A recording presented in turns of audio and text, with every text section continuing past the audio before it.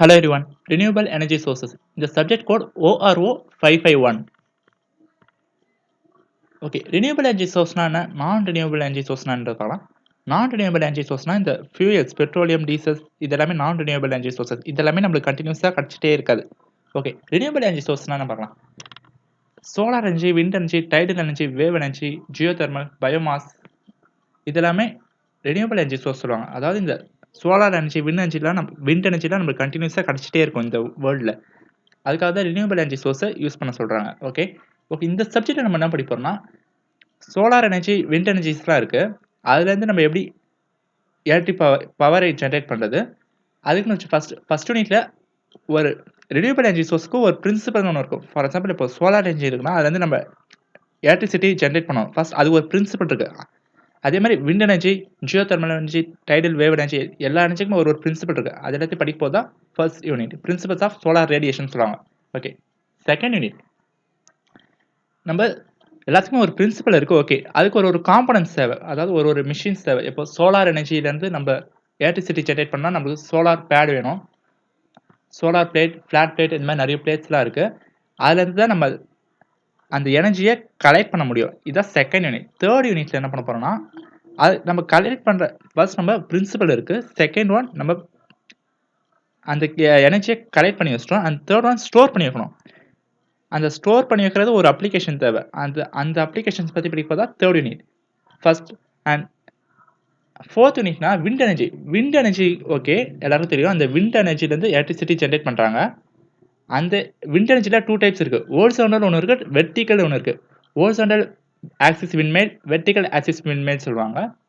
அதுலேருந்து எப்படி electricity generate பண்ணுறது, அது எப்படி ஸ்டோர் பண்ணுறது, ஒரு இடத்துல இருந்து ஒரு இடத்துல அந்த விண்ட் எனர்ஜி எப்படி ட்ராவல் பண்ண வைக்கிறதுன்றதுலாம் ஃபோர்த் யூனிட்ல படிப்போம். Okay, and fifth unit geothermal energy. Geothermal எனர்ஜினா ஒன்றும் இல்லை, இந்த ஓஷன் எனர்ஜி சொல்லுவாங்க. இந்த ஓஷனில் வேவ்ஸ்லாம் இருக்கும். அந்த வேவ்ஸ் வச்சு எப்படி எலக்ட்ரிசிட்டி ஜென்ரேட் பண்ணுறது, அது எப்படி ஒரு இடத்துலேருந்து இன்னொரு இடத்துல ட்ராவல் பண்ண வைக்கிறது. நீங்கள் நடுக்கடலெல்லாம் வேவ்ஸ்லாம் நிறைய இருக்கும், அங்கே எலக்ட்ரிசிட்டி நிறைய ஜென்ரேட் பண்ணலாம். அந்த நடுக்கடலில் எலக்ட்ரிசிட்டி ஜென்ரேட் பண்ணுறதை நம்ம பவர் ஸ்டேஷனுக்கு எப்படி எடுத்துகிட்டு வரது எல்லாமே ஃபிஃப்த் யூனிட்ல படிப்போம். ஓகே, இதுதான் ஜஸ்ட் இந்த ஆர்இஎஸை பற்றி ஒரு ஸ்மால் பிரீஃப் இன்ட்ரடக்ஷன். இந்த சப்ஜெக்டோட சிலபஸ் இதுதான். இந்த சிலபஸ் நான் டிஸ்கிரிப்ஷன் பாக்ஸ் லிங்க்ல போஸ்ட் பண்ணுறேன், நீங்கள் செக் பண்ணிக்கோங்க.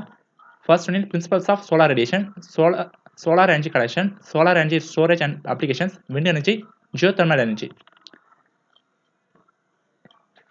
First unit syllabus, roles and potential of new and renewable sources, solar energy options, environmental impact of solar energy, physics of the sun and solar constant. இதெல்லாமே first யூனிட்ல cover ஆயிடும். Okay, second unit பாருங்க, solar energy and collection, flat plate and concentrating collector, classification of concentrating collectors இதெல்லாமே second யூனிட்ல cover ஆகும். Third யூனிட்ல நம்ம ஒரு அந்த எனர்ஜியை ஸ்டோர் பண்ணி வைக்கிறது எல்லாமே தேர்ட் யூனிட் படிப்போம். டிஃப்ரெண்ட் மெத்தட் இருக்கு. Latent heat, solar plants, solar applications, solar heating and cooling technique, solar distillation and drying, photovoltaic energy conversion. Okay, fourth unit wind energy. இந்த wind energy பாருங்க, horizontal and vertical axis windmill.